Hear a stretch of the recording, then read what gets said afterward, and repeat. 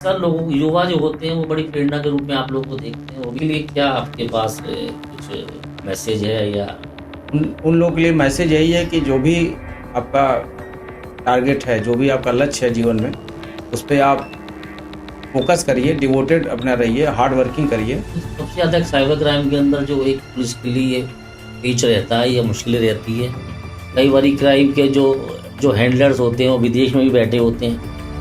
इन सब चीज़ों को आप किस तरह से टैकल कर पाते हैं? इस साइबर थाना इस्टेब्लिश हो चुका इनफैक्ट पूरे यूपी में जो है हर जनपद में साइबर थाना इस्टेब्लिश हो चुका है। और जो नॉर्मल थाने थे वहाँ पे 1 इंस्पेक्टर, 2 सब इंस्पेक्टर और 2 हेड कांस्टेबल साइबर सेल में नियुक्त हो चुके हैं। तो जो भी कंप्लेन आती है हम लोग तत्काल उसको अटेंड करते हैं और साइटेन की ट्रेनिंग करने के बाद से फिर अब आगे जो प्रोग्राम है इसमें एसीपी और उच्च अधिकारियों को भी रजिस्टर्ड करा के ट्रेनिंग कराने का है।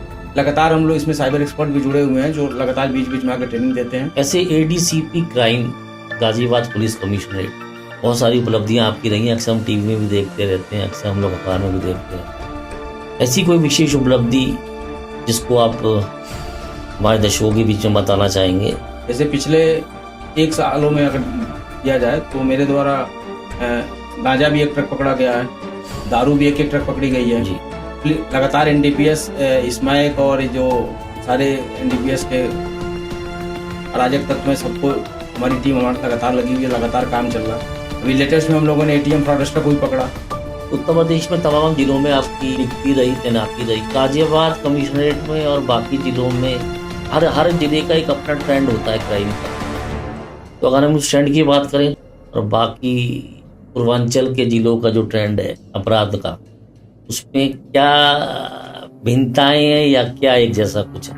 देखिए पूर्वांचल के जनपदों में क्राइम जो था उसमें केसेस कई बार होता था। टीम मतलब यहाँ की टीम जो है गाजियाबाद काफ़ी अच्छी है जी, और यहाँ पे जो पुलिसिंग भी है काफ़ी फास्ट है और क्राइम भी काफ़ी फास्ट है। तो यहाँ पे मैंने ये देखा कि अभी 1 साल के अंदर जितने भी क्राइम हुए लगभग ऑलमोस्ट खुल गए सारे क्राइम। जी। ऐसा पूर्वांचल में नहीं है।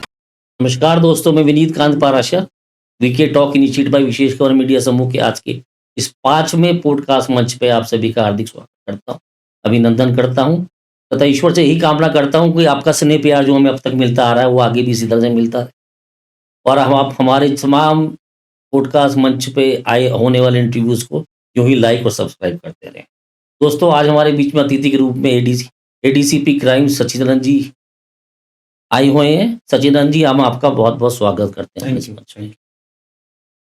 दोस्तों, जैसे कि आप जानते हैं कि जैसे जैसे टेक्नोलॉजी नया रूप लेती है, आगे बढ़ती है, उस हर चीज़ के 2 पहलू हो जाते हैं। एक अच्छा पहलू होता है, एक गलत पहलू होता है।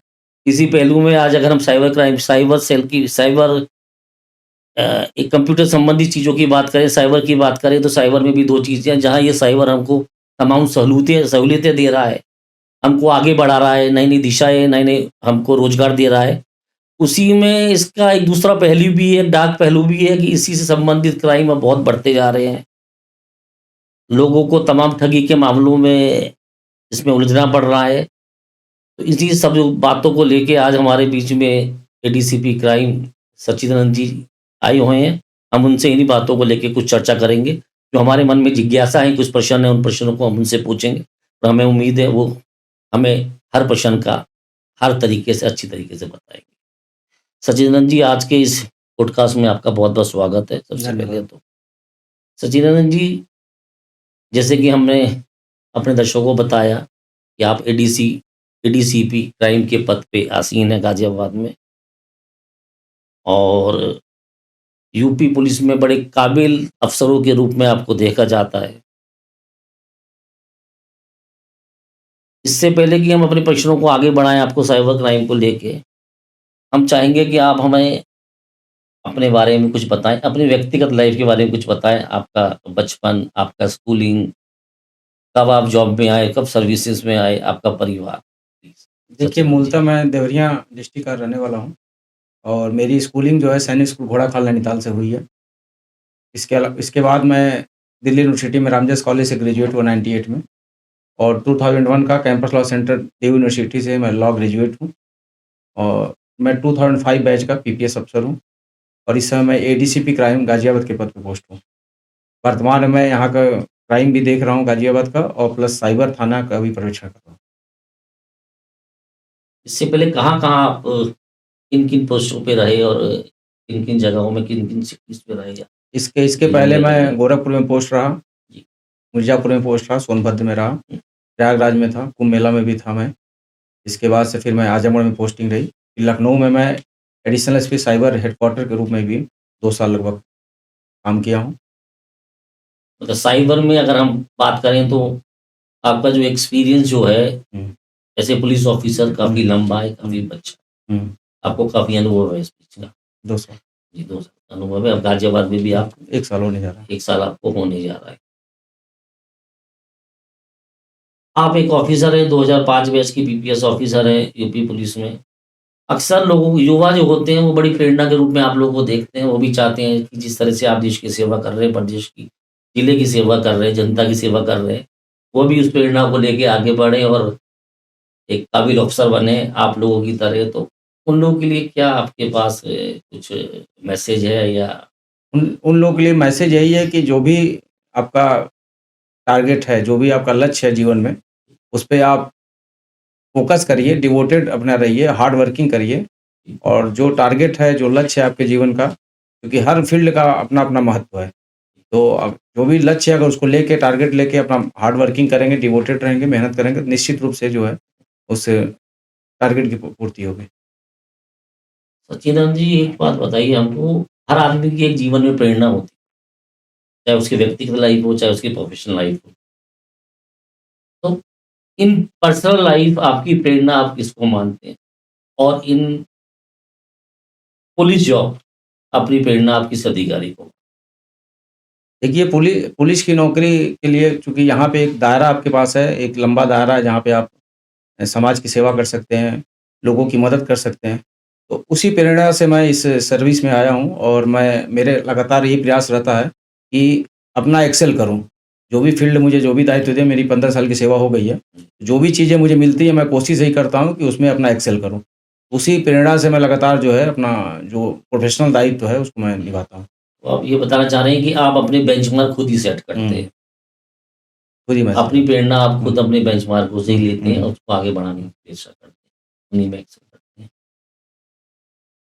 सच्चिदानंद जी परिवार के बारे में कुछ बताएँगे परिवार?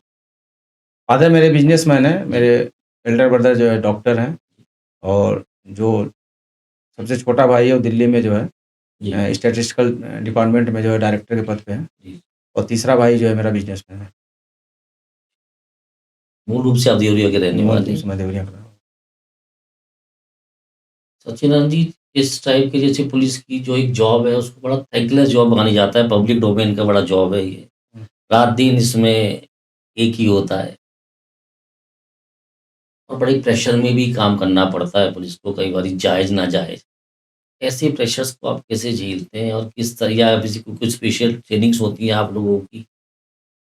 मेरा प्रेशर मानना है, देखिए, हर हर चीज़ को देखने के 2 पहलू होते हैं। जी, आप कैसे देखते हैं? जैसे एक गिलास में अगर आधा पानी है, तो जी, कोई कहता है आधा भरा है, कोई कहता है आधा खाली है। जी। मेरा मानना है जिस परिस्थिति में आप हैं उसको हमेशा पॉज़िटिव वे में लेना चाहिए, हुँ, और कोशिश करना चाहिए कि जहाँ भी हैं आप अपना बेस्ट दें। और बाकी चूँकि मैं सैनिक स्कूल घोड़ाखाल से पढ़ा हूँ, नैनीताल से, जी। तो मुझे कभी ये समस्या नहीं रही कि मतलब कोई प्रेशर है। प्रेशर आता है, लेकिन मैं अपना परफ़ॉर्मेंस उतना ही मैं बढ़ा देता हूँ। तो क्या रहते तब हैं हाँ, पॉलिटिकल प्रेशर आपके? नहीं, कोई पॉलिटिकल प्रेशर नहीं है, काम का लोड रहता है, सारी काम का चीज़ें लोड रहती है, पैरेलल में तमाम जो टास्किंग है चलती रहती है। जी, जी, तो प्रेशर काम का रहता है, बाकी एज़ सच कोई और पॉलिटिकल प्रेशर नहीं रहता है। जी। प्लस उस प्रेशर को अगर आता है तो हम मेरा ये रहता है कि उसमें अपना प्रोफ़ेशनल कॉम्पिटेंस साबित करने के लिए हुँ, उसमें और हार्ड वर्क करते हैं, और एक्सेल। एक्सेल करते हैं। जैसे कि हम लोग चर्चा कर रहे हैं कि आज जो साइबर अपराध है, सफेद-पोश अपराध जिसे कहते हैं व्हाइट कॉलर क्राइम, ज़्यादातर जिले में होने वाले अपराधों में इनकी संख्या भी बहुत बढ़ती जा रही है। हर रोज़ कोई ना कोई मामला हमें साइबर ठगी का दिख जाता है, साइबर क्राइम का दिख जाता है। तो अगर इनको आसान शब्दों में समझा जाए तो क्या होता है साइबर क्राइम? सच्चिदानंद जी बताइए देखिए, कुछ जहाँ बात। भी देखिए कंप्यूटर का, इंटरनेट का, ऑनलाइन का प्रयोग हो रहा है, जी, वहाँ पे साइबर क्राइम होने की संभावना है। जी, क्योंकि कोविड के फेज़ से सभी लोग गुज़रे हुए हैं, उस समय सारी चीज़ें आप देखिए, work from home, online transaction, इस सारी चीज़ों की काफ़ी तेज़ी से वृद्धि हुई। इसी का साइबर फ्रॉडस्टर्स ने फ़ायदा उठाया, और आज के डेट में आप देखिए, अभी जैसे करंट में क्राइम चल रहा है टेलीग्राम टास्किंग का, जो जी। अभी हमारे अगर जिले का देखा जाए तो इंदिरापुरम थाना क्षेत्र के एरिया में काफ़ी लोग टेलीग्राम टास्किंग के उसमें फंसे हुए हैं अच्छा। और कई एफआईआर भी दर्ज है। इसमें क्या होता है कि वो सिंपल मैसेज साइबर फ्रॉडस्टर करते हैं कि work from home, no investment, no risk. मतलब कोई इन्वेस्टमेंट भी नहीं करना, कोई रिस्क भी नहीं है और घर से बैठे पैसे कमाएँ। उसमें आदमी अगर 100 लोगों को मैसेज भेजते हैं, टेक्स्ट मैसेज या व्हाट्सएप मैसेज, तो उसपे कुछ लोग जो है इसमें रिस्पॉन्ड करते हैं। रिस्पॉन्ड करने के बाद से वो कहते हैं कि आप यूट्यूब पे जाइए जी। और मेरा चैनल सब्सक्राइब करिए, लाइक करिए, या इस होटल को आप लाइक करिए और पर टास्क आपको 200 रुपये मिलेगा। अच्छा। तो वो पता चलता है कि 5 बार वो लाइक किए या सब्सक्राइब किए, तो उसमें फिर उनको 1000 रुपीज़ अगर बनता है उनका, तो वो कहते हैं कि अपना अकाउंट नंबर दीजिए, आईएफएससी कोड दीजिए, और उनसे लेने के बाद से फिर उनको 1000 रुपये अकाउंट में उनके भेज दिए। जी। अब जब 1000 रुपये उस विक्टिम को मिलता है तो उसको लगता है कि ये तो बड़ा आसान काम है, मुझे पैसा 1000 रुपये फ्री में मिल वही गया। वो हनी ट्रैप स्टार्ट हो जाता है। और वहीं से उनका जो है खेल शुरू होता है। फिर वो कहते हैं कि लाइए, आपको टेलीग्राम ग्रुप में जोड़ते हैं और पैसा कमाना आप चाहते हैं, जी, जी। तो फिर वहाँ पे वो लॉगिन आईडी, पासवर्ड उनको लॉगिन कराते हैं टेलीग्राम चैनल में जोड़ने के लिए, और उसमें जोड़ने के बाद से फिर आपका आईपी एड्रेस, आपका अकाउंट नंबर, आईएफएससी कोड सारा चीज़ हो गया। फिर आपको एक क्लाउडफ्लेयर साइट पे वेबसाइट ले जाते हैं, जो वर्चुअल वेबसाइट रहती है, जिसमें वो क्या करते हैं कि कहते हैं 5000 रुपये लगाइए, 24 से 72 घंटे में आपके पैसे डबल हो जाएंगे। तो वो 5000 रुपये अपने अकाउंट में मंगाते हैं और उस स्क्रीन पे जो शेयरिंग होता है वो अपने हिसाब से नंबर्स को मैनिपुलेट करते हैं। तो 5000 जब आप जमा करेंगे तो 24 घंटे बाद उसमें दिखने लगेगा 10,000 रुपये आ गए। तो वो आपको ये लगता है कि मेरा पैसा डबल हो गया। जी, जी। तो इस तरह धीरे-धीरे करके वो पैसा लगवाते जाते हैं। बीच में अगर कोई विक्टिम ये चाहता है कि मैं पैसा निकाल लूँ, तो कहते हैं कि नहीं, अभी हमारे बिज़नेस का रूल जो है, इसमें आप अभी निकाल नहीं पाएँगे, अभी ये नियम है, वो नियम है, करके उसको उलझाए रहते हैं। इस तरह के 65-65 लाख रुपए के कई फ्रॉड जो है इंदिरापुरम के हैं, जिसमें हम लोग की टीम लगी हुई है। कुछ पैसे हम लोगों ने उसमें होल्ड भी करा रखे हैं और इसमें गैंग पे लगातार काम चल रहा है। सचिन जी, इसमें सबसे ज़्यादा साइबर क्राइम के अंदर जो एक पुलिस के लिए पेच रहता है या मुश्किलें रहती है, क्योंकि एक वर्चुअल क्राइम है ये। क्राइम कहीं होता है और क्राइम को करने वाले कहीं बैठे होते हैं। कई बारी क्राइम सेम स्टेट में होता है, कई बारी क्राइम के जो हैंडलर्स होते हैं वो विदेश में भी बैठे होते हैं। तो इन सब चीज़ों को आप किस तरह से मतलब टैकल कर पाते हैं और कैसे आप उस ऑफेंडर तक पहुंच पाते हैं, उसको सलाखों के पीछे भेज पाते हैं? देखिए, समय के साथ साइबर क्राइम बढ़ भी रहा है। जी। इसमें अभी हम लोग के यहाँ साइटेन की ट्रेनिंग चल रही है। तो हमारे यहाँ अभी साइबर थाना इस्टेब्लिश हो चुका। इनफैक्ट पूरे यूपी में जो है हर जनपद में साइबर थाना इस्टेब्लिश हो चुका है। और जो नॉर्मल थाने थे वहाँ पे 1 इंस्पेक्टर, 2 सब इंस्पेक्टर और 2 हेड कांस्टेबल साइबर सेल में नियुक्त हो चुके हैं। तो जो भी कंप्लेन आती है हम लोग तत्काल उसको अटेंड करते हैं और साइटेन की ट्रेनिंग करने के बाद से फिर अब आगे जो प्रोग्राम है, इसमें एसीपी और उच्च अधिकारियों को भी रजिस्टर्ड करा के ट्रेनिंग कराने का है। लगातार हम लोग इसमें साइबर एक्सपर्ट भी जुड़े हुए हैं, जो लगातार बीच-बीच में आके ट्रेनिंग देते हैं। और हम लोग, मेरी कोशिश रहती है कि जो भी इन्वेस्टिगेशन चल रही है स्टेप बाय स्टेप, क्योंकि जो भी क्राइम होता है उसमें हम लोग को फेसबुक से, गूगल से सबसे सूचनाएं मंगानी पड़ती है, अकाउंट वेरीफाई करना पड़ता है, सिम वेरीफाई करना पड़ता है। तो टीम का मूवमेंट है। अब धीरे-धीरे चूँकि सभी थानों में खुल गया है साइबर सेल, और एक थाना भी साइबर थाना खुल गया है, तो निश्चित रूप से जो साइटेन ट्रेनिंग हो रही है और प्लस प्रोफेशनल कॉम्पिटेंस को जोड़ा जा रहा है, निश्चित तौर से आने वाले समय में हम लोग साइबर का और ज़्यादा खुलासा करेंगे। आज की जो पुलिस की तैयारियां हैं, इंतजाम है, ट्रेनिंग्स हैं, उनको लेके आप कहाँ तक आश्वस्त हैं कि आज के क्राइम को आप हैंडल कर पा रहे हैं, सॉल्व कर पा रहे हैं, या इसमें अभी और नहीं, देखिए, ट्रेनिंग लगातार चल रही है, चीज़ें इम्प्रूव हो रही हैं। मैं गाजियाबाद में मार्च में ज्वाइन किया था, इसके पहले मैं 2 साल वहाँ रहा साइबर हेडक्वार्टर में। जिस हिसाब से आप देखिए कि समय के साथ धीरे-धीरे मतलब ट्रेनिंग बढ़ भी रही है और खुलासा भी हो रहा है। अभी मैं गुलबर्ग आपको गाजियाबाद को बताऊँ, चूँकि मैं साइबर हेडक्वार्टर पे था, तो मैंने आने के बाद से 1930 का काफ़ी प्रचार कराया। इसके अलावा बताया कि अगर आपके पास साइबर फाइनेंशियल फ्रॉड होता है तो तत्काल cybercrime.gov.in पे तत्काल ऑनलाइन रजिस्टर्ड कराइए। तो 1930 क्या है, साइबर फाइनेंशियल फ्रॉड जब भी होता है तो आप हेल्पलाइन नंबर है, वो 24 घंटे 7 दिन वर्क करता है। तो जैसे आपके साथ अगर साइबर फाइनेंशियल फ्रॉड होता है तो आप तत्काल अगर फ़ोन 1930 पे कर देते हैं या ऑनलाइन कंप्लेन करा देते हैं, ये हेल्प लाइन नंबर जो है सीधे बैंक के नोडल से जुड़ा हुआ है। तो अगर आपके खाते से मान लीजिए 5 लाख का फ्रॉड हुआ, निकल गया पैसा और साइबर फ्रॉडस्टर के खाते में गया, वो पैसा जो ही 1930 फ़ोन किया, ऑनलाइन कंप्लेन किया, वो पैसा उसी खाते में होल्ड करा दिया जाता है। अच्छा, वो पैसे उसी जगह पे उसी जगह होल्ड रहता है। अभी तक गाजियाबाद का मैं फिगर बता दूं, 6 करोड़ से ऊपर हम लोगों ने धनराशि जो है होल्ड करा रखी है खातों में। जिसमें 3 करोड़ रुपए हम लोगों ने आज के डेट में 1 साल के अंदर वापस करा दिया है। तो एक देखा जाए तो मतलब पुलिस धीरे-धीरे ट्रेंड हो रही है और चीज़ों को इम्प्रूव किया जा रहा है। जी। और जो भी अब आज के डेट में घटनाएँ हो रही हैं, तत्काल हम लोग एफआईआर पंजीकृत कर रहे हैं और कार्रवाई कर रहे हैं। जागरूकता अभियान किस तरह से चलाते हैं आप? जैसे हेल्पलाइन नंबर हो गया, सब हो गया, किस तरह से लोगों को अवेयरनेस करते हैं? देखिए साइबर जागरूकता चूँकि मैं जब जॉइन किया तो उस समय मैंने देखा कि जो भी सब इंस्पेक्टर चूँकि टीम काफ़ी कम थी उस समय जी। साइबर सेल में, तो सारी टीम को स्ट्रेंथन किया गया, रिसोर्सेज बढ़ाई गई। अब जाके देखिए अब साइबर थाना काफ़ी अच्छा सेटअप हो गया है जी। और उसके बाद साइबर सेल भी हो गए। इसके अलावा हम लोगों ने डूज डोंट के बोर्ड बनवा रखे हैं, फ्लेक्सी बोर्ड बनवा रखे हैं, बैनर्स बनवा रखे हैं। तो जहाँ-जहाँ जिस थाना क्षेत्र में, जैसे इंदिरापुरम में क्षेत्र में घटनाएँ साइबर की काफ़ी ज़्यादा हैं, उस एरिया में हम लोग जो साइबर सेल की जो टीम वहाँ की है, इवन जो साइबर थाने की टीम है, इवन माई सेल्फ मैं भी एसीपी क्राइम भी, हम लोग लगातार जो है जब भी टाइम मिलता है वीक में या वीकेंड में, तो हम लोग कोशिश करते हैं कि इसको प्रचार-प्रसार कराया जाए। तो प्रचार-प्रसार हम लोग लगातार कर रहे हैं, 1930 का प्रचार कर रहे हैं, ऑनलाइन कंप्लेन का प्रचार कर रहे हैं, बता रहे हैं कि सभी थानों पे साइबर सेल खुल गया है। तो धीरे-धीरे अवेयरनेस बढ़ रही है। इसके अलावा हम लोग ये भी बताते हैं जाके साइबर अवेयरनेस जब प्रोग्राम चलता है कि क्या करना आपको, क्या नहीं करना। जैसे क्या होता है आज के डेट में तमाम अनवांटेड मैसेजेज आ रहे हैं, लिंक भेज रहे हैं जी। और अनवांटेड कॉल आती हैं, वीडियो कॉल आ रही हैं, तो आपको उसको फर्स्ट टाइम में रिसीव नहीं करना है, रिस्पॉन्ड नहीं करना। उसमें आप थिंक करिए, सोचिए कि हाँ ये सही है या गलत है।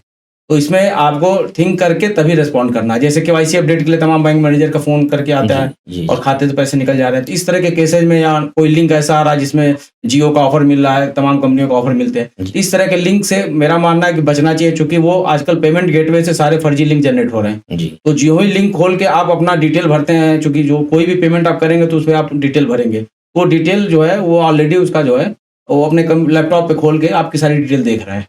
इस मेरा मानना है कि ऐसे केसेज में आपको जो है अलर्ट रहना है और किसी को भी नहीं करना है। जैसे दो ऐप ऐसे हैं, टीम व्यूअर है, एनीडेस्क है। ये ऐप ऐसे हैं कि अगर आपने फ्रॉडस्टर के कहने पे आपने डाउनलोड किया मोबाइल में, तो आपका मोबाइल समझ लीजिए क्लोन हो गया, उसकी सारी एक्सेस चली गई उसके में। अभी 2-3 दिन पहले के केस है यहीं गाजियाबाद का, जिसमें हस्बैंड वाइफ है और हस्बैंड उसमें रिटायर्ड है। तो उसने क्या किया, 1799 का एक रिचार्ज था जियो का, अपनी वाइफ का कराया था पहले उसने, फिर 1 महीने में उसका मोबाइल नहीं काम कर रहा था, तो उसने गूगल से जाके कस्टमर केयर नंबर खोजा। तो कभी भी देखिए कस्टमर केयर नंबर आप गूगल पे खोज रहे हैं तो 18 डिजिट का नंबर देखिए।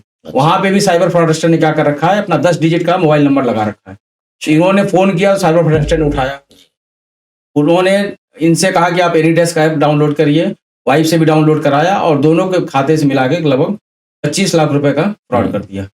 तो इस तरह के जो केसेज आ रहे हैं, आप अगर अवेयर रहते हैं तो साइबर से सुरक्षा का सबसे अच्छा उपाय आज के डेट में यही है। साइबर ठगी के बारे में अगर हम डिस्कशन करें, बातें करें, आज साइबर ठगी जो है हर आदमी को कहीं ना कहीं अपना होने का एहसास करा रही है।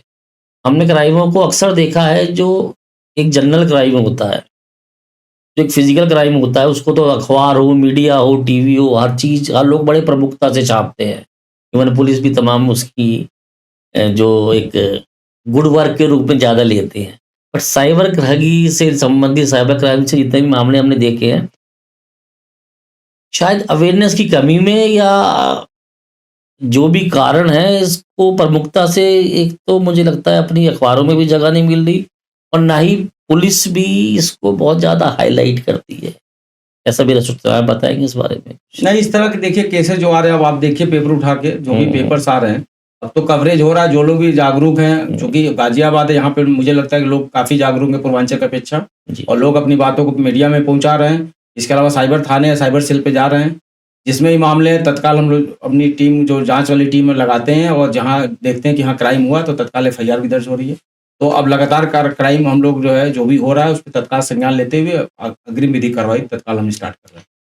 सचिदानंद जी, जैसे आपने बताया कि पर्टिकुलर जैसे गाजियाबाद जिले की बात करें, तो जो इंदिरापुरम एक डोमेन है या एक एरिया है, यहाँ पर साइबर ठगी के, साइबर क्राइम के, या सपोज या वाइट कॉलर क्राइम के जो केसेस से बहुत देखने को मिल रहे हैं, तो यहाँ हैंडलर ज़्यादा है या फिर विक्टिम पार्ट ज़्यादा है? यहाँ नहीं, देखिए विक्टिम्स इसलिए वहाँ ज़्यादा है कि चूंकि वो आईटी प्रोफेशनल भी हैं, जानकार भी ज़्यादा हैं, वो जरूरत से ज़्यादा एक्टिव हैं जी।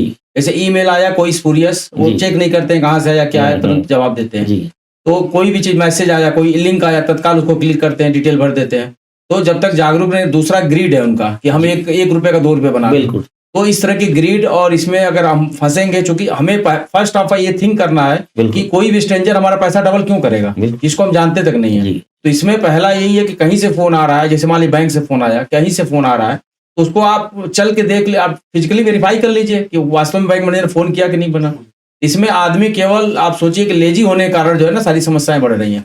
इसमें मेरा ये कहना है कि इसमें जहां से भी फोन आ रहा है उसको वेरीफाई करिए, कोई कॉल आ रही है उसको वेरीफाई करिए, थिंक करिए, मतलब तत्काल उसको रिस्पॉन्ड करने की जरूरत नहीं है। जी जितना आप उसमें स्लो रहेंगे उतना आप साइबर से बचे रहेंगे। साइबर से बचिए अभी देखिए आर्टिफिशियल इंटेलिजेंस का भी जमाना चल रहा है। बिल्कुल अब इसमें क्या है कि आप, हमारी देखिए बात हो रही है, अब इस तरह के आप यूट्यूब पे तमाम अगर इंटरव्यू आपके या मेरे पड़े रहेंगे, वीडियो पड़ी हुई है, तो इसको अगर आर्टिफिशियल इंटेलिजेंस का जो है मशीन जो सॉफ्टवेयर है, रीड करने के बाद से हूबहू सेम वीडियो और सेम साउंड पे जो है चीजें निकल के आ रही हैं।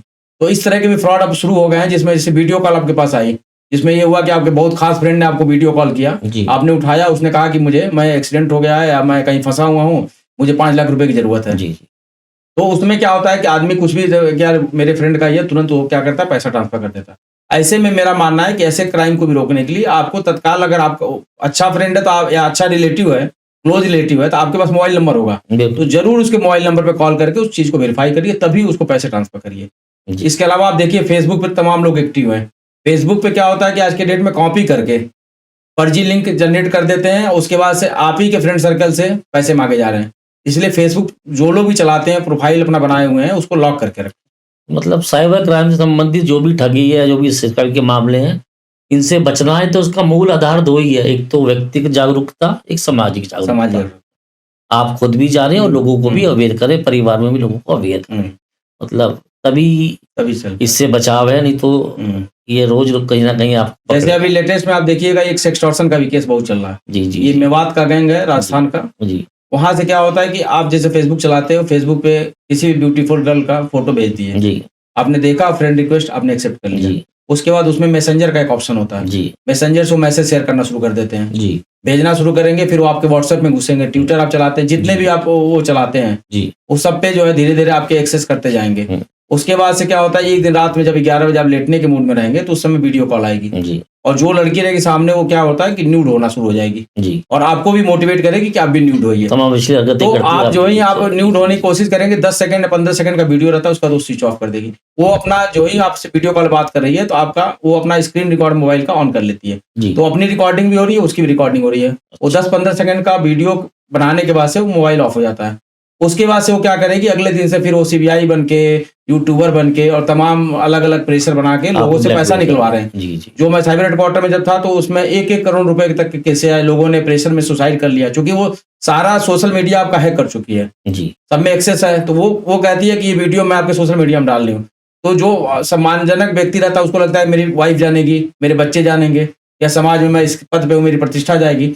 इस प्रेशर में लोग पैसा देते हैं, या कुछ ऐसे भी केसेज आए जिसमें सुसाइड कर लेते हैं।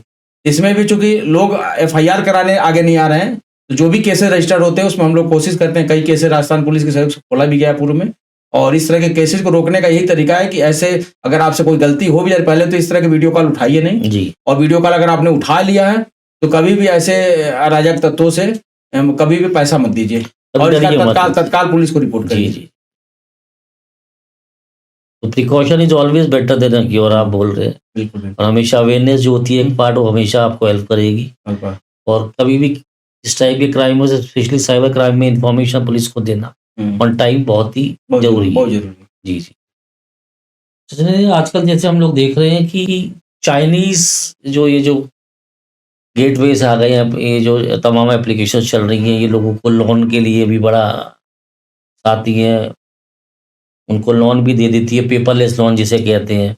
उसके बाद वो तमाम तरीके के फिर एक्सटॉर्शंस, उनके ब्लैकमेलिंग। अब मैं बता रहा हूँ, इसमें भी देखिए कोई भी लोन, लुक्रेटिव लोन आता है कि लोन ऑफर करते हैं वो, जी कि आपको 5 लाख का लोन ले लीजिए या 2 लाख का लोन ले लीजिए, और इस पे जो है ब्याज 1% है, 2% है, जी या 0 इंटरेस्ट पे दे रहे हैं। तो आप इसमें सोचिए कि क्यों दे रहा है भाई। नॉर्मल जो बैंक हमारा एसबीआई है, अगर आज के डेट में 8% या 9% चार्ज कर रहा है, तो सबसे बड़ी बात है तो कि- पहले आपको थिंक ओवर करना पड़ेगा, जी। जिस बंदे को हम जानते नहीं, स्ट्रेंजर है, वो कैसे दे रहा है। हाँ, विदाउट वेरिफिकेशन तो दे वो रहा 100 है। लोग को अगर भेजते हैं, तो 100 लोगों में क्या होता है कि वो 5 या 10 लोग उसमें फंस जाते हैं। जी जी तो वो क्या करते हैं, वो ऐप एक भेजते हैं, लिंक से भेजेंगे कि इस लोन ऐप को डाउनलोड कर लीजिए। जी जो ही आप डाउनलोड करते हैं, आपके मोबाइल का सारा कॉन्टेक्ट और आपकी गैलरी जो मोबाइल में होती है, जी वो पूरा उसका एक्सेस उनको मिल हैक जाता हो है। जाती है। उसके बाद से क्या होता है, जब आप लोन उसका मान लीजिए आपने 5 लाख का लोन लिया, आपने उसको होता है कि 6 महीने साल भर में विथ इंटरेस्ट आपने पे भी कर दिया। जी उसके बाद वो क्या करते हैं, प्रेशर बनाते हैं, आपके जितने भी कॉन्टेक्ट होते हैं उनको फ़ोन कर करके वो डिस्टर्ब करते हैं। और डिस्टर्ब करने के बाद से क्या करते हैं कि वो लोन लिया हुआ है और इसमें आपके खिलाफ मुकदमा लिखा जाएगा, ये लिखा, और प्रेशर बना के अननेसेसरी परेशान किए रहते हैं। तो ये चाइनीज़ लोन का अभी हम लोग जब साइबर हेडक्वार्टर में मैं था, उसमें काफ़ी लोन जो है हम लोगों ने रिपोर्टिंग करके बंद भी कराया था। जी और मेरा लोगों से यही सजेशन है कि इस तरह के कभी भी कोई ऑफ़र आता है, तो बिना क्रॉस चेक किए, वेरीफ़ाई किए इसको कभी भी इसमें ना लें, लोन ऐप को डाउनलोड ना करें। और जब भी लोन लेना हो तो जो भी ऑथराइज़ संस्था है, जो भी रजिस्टर्ड संस्था है, वहीं से लें। सच्चिदानंद जी, हम अक्सर देखा है जैसे जो फिजिकल क्राइम्स होते हैं उसमें तो आईपीसी की धाराएं बहुत बहुत ही कठिन भी है और जेल भेजने के तमाम प्रावधान उसमें रहते हैं। 302 307 तमाम आप लोगों की जो धाराएं होती हैं। साइबर ठगी में भी क्या ऐसी सख्त कानून है, सजा देने के प्रावधान है, जेल भेजने के प्रावधान है, क्या-क्या है इसमें कुछ ज़रा देखिए, बताएँ? साइबर में जो भी आईटी एक्ट लगे हुए जी। हैं, आईटी एक्ट के साथ और भी आईपीसी की धाराएँ भी लगती हैं। अगर अच्छा। क्राइम कोई इस तरह का क्राइम हुआ जी। जिसमें और भी चीज़ें अपराध इन्वॉल्व है, तो आईपीसी के साथ आईटी एक्ट भी लगता है। हुँ। बस ये है कि इसकी इन्वेस्टिगेशन जो है इंस्पेक्टर रैंक के ही अधिकारी द्वारा अनुमन्य है। तो इसका जब तक इन्वेस्टिगेशन खत्म नहीं हो जाता तब तक नहीं, ऐसा नहीं, गिरफ्तारियाँ बहुत अच्छा, हुई हैं। गिरफ्तारियाँ होती हैं। गिरफ्तारियाँ भी होती हैं। जी, जी, जिसमें भी मेजर अपराध हुए हैं उसमें गिरफ्तारियाँ भी होती हैं। जी। कोशिश हम लोग करते हैं, गिरफ्तारी करते हैं। इवन इसमें 41 की नोटिस वगैरह का हम लोग प्रोविज़न कम मानते हैं। इसमें कोशिश ही करते हैं, चूँकि गिरफ्तारी जी। नहीं करेंगे तो रिकवरी नहीं होती है। जी। तो कोशिश इसमें रहती है कि पूरी लीगली जो हम लोग गिरफ्तारी करते हैं। ऐसे ADCP crime Ghaziabad police commissionerate, बहुत सारी उपलब्धियाँ आपकी रही हैं, अक्सर हम टीवी में भी देखते रहते हैं, अक्सर हम लोग अखबार में भी देखते रहते हैं। ऐसी कोई विशेष उपलब्धि जिसको आप हमारे दर्शकों के बीच में बताना चाहेंगे?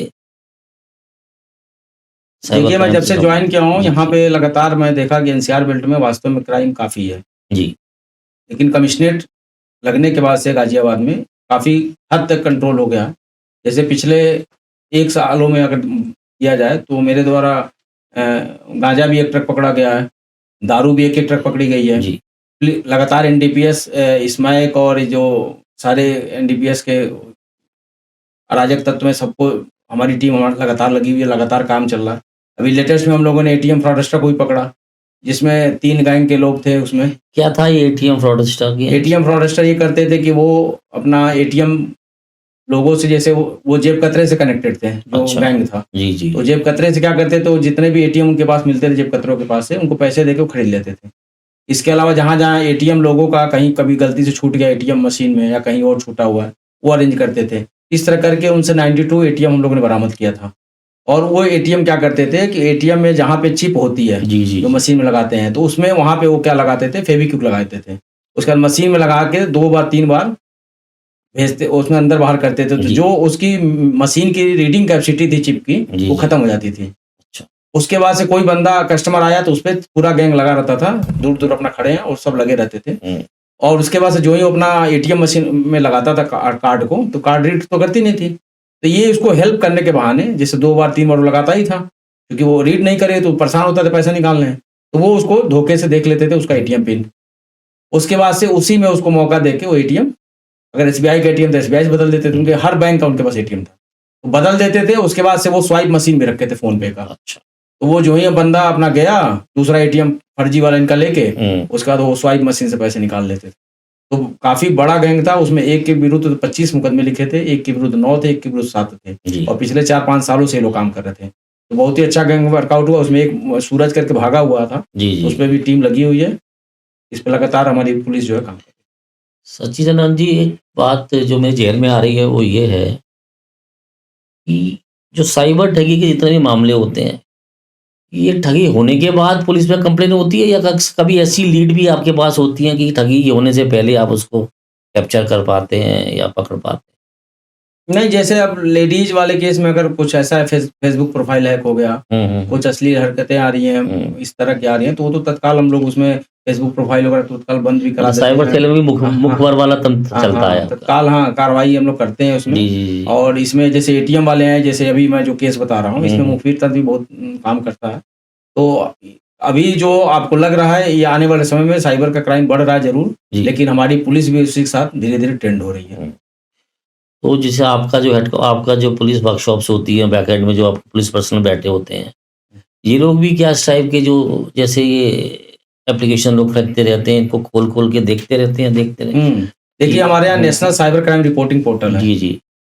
वो एमएचए के अंडर में ही है, नेशनल अच्छा, साइबर अच्छा। क्राइम रिपोर्टिंग पोर्टल, पूरा ऑल ओवर इंडिया अप्लाई है। अच्छा। उसपे जब भी आपके पास कोई साइबर कंप्लेन है, चाहे फाइनेंशियल फ्रॉड हुई है, चाहे सिंपल क्राइम हुआ है साइबर का, तो आप ऑनलाइन cybercrime.gov.in पे जाके लॉगिन करके आप उस पे रजिस्टर करा सकते हैं। वो साइबर कंप्लेन जो एनसीआरपी पोर्टल पे जाती है, वहाँ से फिर वो मार्क होती है साइबर हेडक्वार्टर को, और साइबर हेडक्वार्टर से फिर संबंधित जनपदों को जाता है।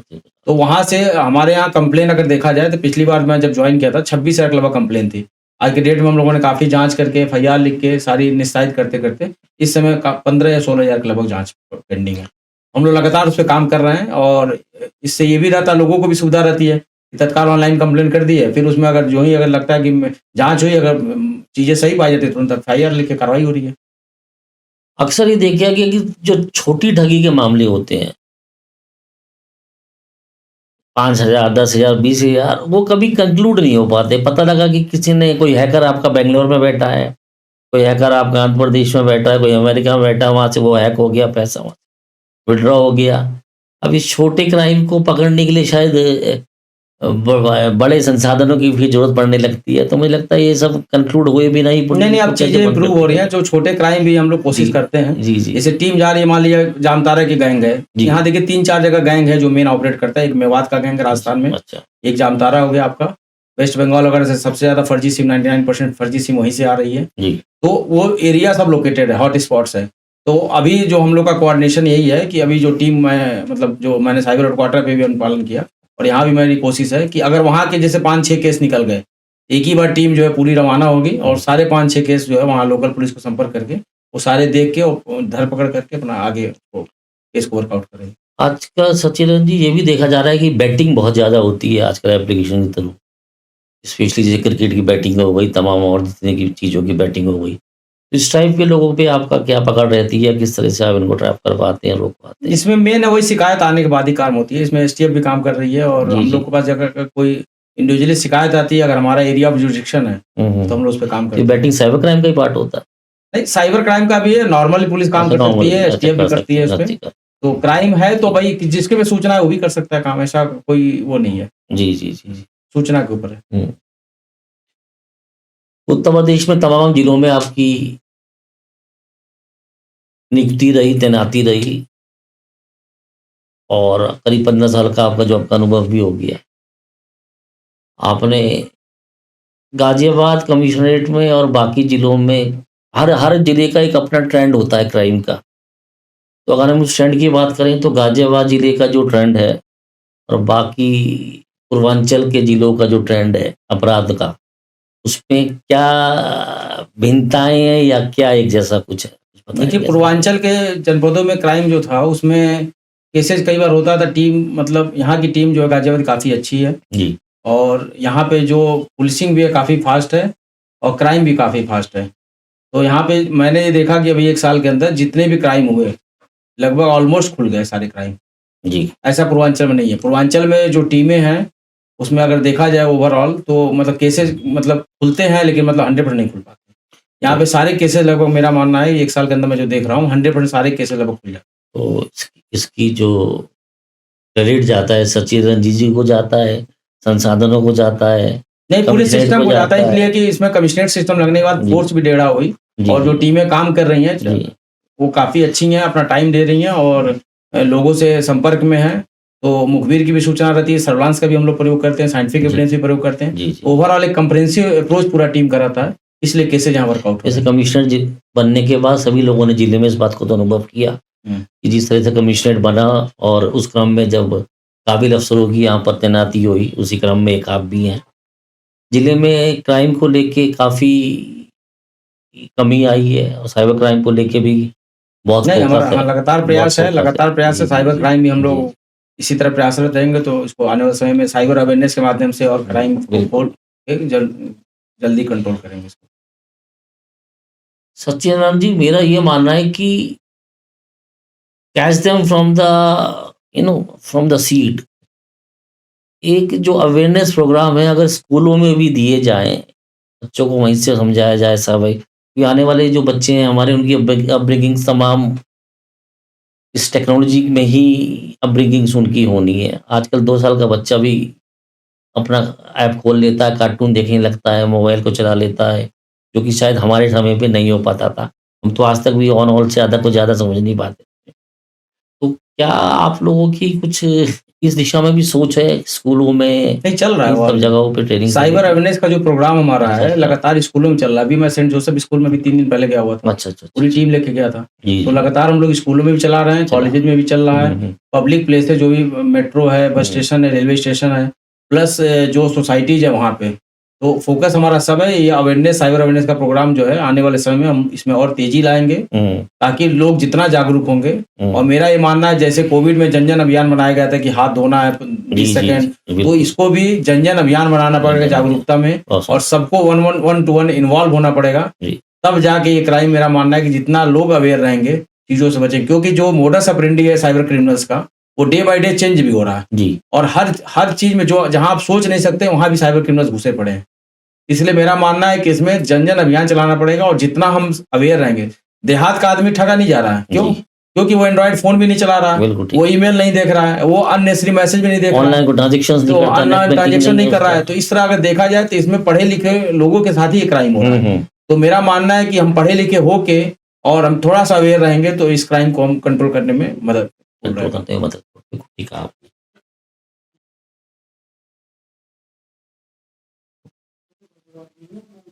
सच्चिदानंद जी, जैसे कि आपने बताया तमाम सारी हमको कि किस-किस तरह से ठगी होती हैं, एक्सटॉर्शन भी होता है, तमाम सब चीज़ें होती हैं और उससे कैसे बचाव होना चाहिए या उनसे घबराना नहीं चाहिए, तुरंत पुलिस को ही बताना चाहिए।